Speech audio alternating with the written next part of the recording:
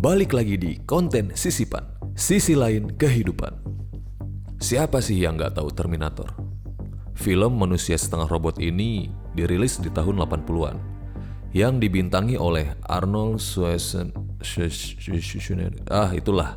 Film ini sangat laris di masanya, didistribusikan ke ratusan negara. Bahkan omset film ini mencapai lihat sendiri. Ini di tahun 1984 ya, yang waktu itu Indonesia sedang gila-gilanya dengan film Warkop. Tapi tahu nggak sih kalian, Indonesia juga ternyata pernah bikin film yang berjudul Lady Terminator. Nah lo, film apa ini? Apa ini Arnold versi cewek ya?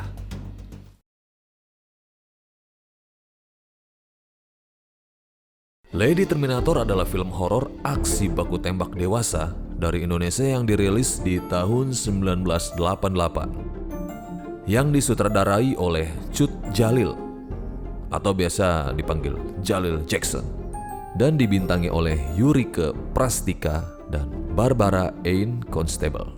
Film ini tercatat sebagai salah satu film Indonesia yang diproduksi secara kolaborasi dengan sineas-sineas dan aktor-aktris internasional, yang kemudian juga didistribusikan secara internasional oleh Soraya Entertainment Films. Film ini dirilis secara internasional di bioskop-bioskop di New York, Amerika Serikat, kemudian di Irlandia, Dublin, dan Ceko. Film ini dianggap sangat menghebohkan ya saat dirilis, karena menonjolkan unsur eksploitasi kekerasan dan seks. Setelah banyak protes masyarakat, film ini ditarik dari peredaran oleh Badan Sensor Film. Sayang sekali, padahal sudah go internasional. Tapi kenapa sih dilarang tayang? Emang gimana sih ceritanya? Jadi, di awal film, ada adegan ranjang yang memperkenalkan seorang karakter jahat. Seorang ratu Laut Selatan yang memanfaatkan seorang pria sebagai tumbalnya. Caranya pun sangat kontroversial ya. Jadi setelah berhubungan seks, suasana film ini berubah menjadi mencekam. Bisa dibilang sedikit creepy. Jadi kemaluan ratu Laut Selatan tadi itu mengeluarkan ular yang akan memakan kemaluan pria-pria yang sudah ia tiduri. Aneh sih. Ya wajarlah kalau pada saat itu ini sangat kontroversial. Tapi kemudian di awal scene itu ritual ini berakhir karena ada seorang pria yang berhasil menangkap ular tersebut dan mampu mengubahnya menjadi belati. Wow. Ini mungkin sebab akibat yang nantinya bisa menyelesaikan masalah di akhir film. Sebuah belati. Menarik.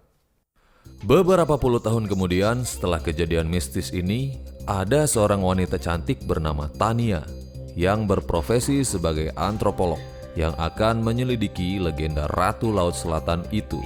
Ia pun memulai risetnya, mencari tahu kesana sini bagaimana cara bisa menyelam ke Laut Selatan. Ia pun menemukan seorang pria yang bisa mengantarkannya dan membantu menyelesaikan misinya ini, misi ke dasar Laut Selatan. Nah, kalau ini lumayan menarik plotnya. Antropolog cantik ingin menyelami Laut Selatan. Akhirnya si Tania ini menyelam ke Laut Selatan. Bahkan ia bisa sampai ke dasarnya. Di tengah penyelamannya itu, Tania ditarik masuk ke dalam tempat peristirahatan Ratu Laut Selatan. Mungkin ini lebih tepatnya masuk ke dunia gaib ya. Lalu ia diikat, kemudian muncul seekor ular yang mungkin itu adalah jelmaan Ratu Laut Selatan. Ular itu berjalan masuk ke kemaluan Tania. Nah ini juga aneh banget. Ini adegan sangat kontroversial sih pada saat itu. Setelah kejadian itu, Tania sifatnya berubah. Muncul keanehan-keanehan dan kesaktian yang ia dapati. Selanjutnya Tania datang kembali ke bumi. Maksudnya ke dunia nyata ya, bukan dunia gaib. Tania datang ke klub malam, membantai orang-orang yang ada di sana, mencari keturunan seorang pria yang sudah menaklukkan Ratu Laut Selatan dulu. Tetapi Tania tidak menemukannya. Keturunan musuh Ratu Laut Selatan itu bernama Erika, seorang popstar, artis yang lagi naik daun.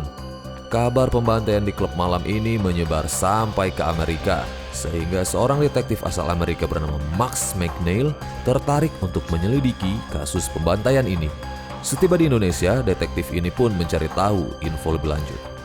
Akhirnya ia bisa bekerja sama dengan Erika, artis yang lagi naik daun tadi.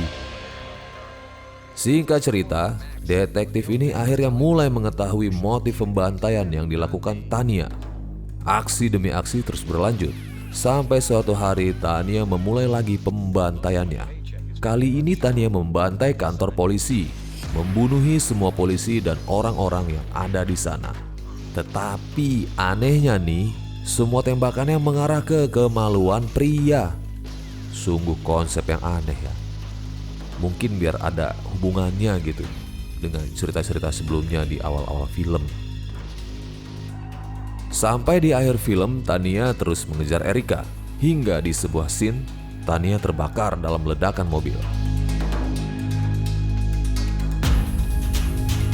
Tania belum mati. Ia masih bisa mengejar Erika dan detektif Max McNeil itu. Kejar-kejaran terus terjadi dan akhirnya diakhiri oleh, ya kalian tahu pasti, oleh belati. Erika menumpas Tania yang sudah dirasuki Ratu Laut Selatan dengan sebuah belati sakti yang diturunkan oleh kakek buyutnya. Klasik. Ya, begitulah film Lady Terminator. Ternyata tidak ada hubungan ya sama Arnold Schwarzenegger. Ya itulah.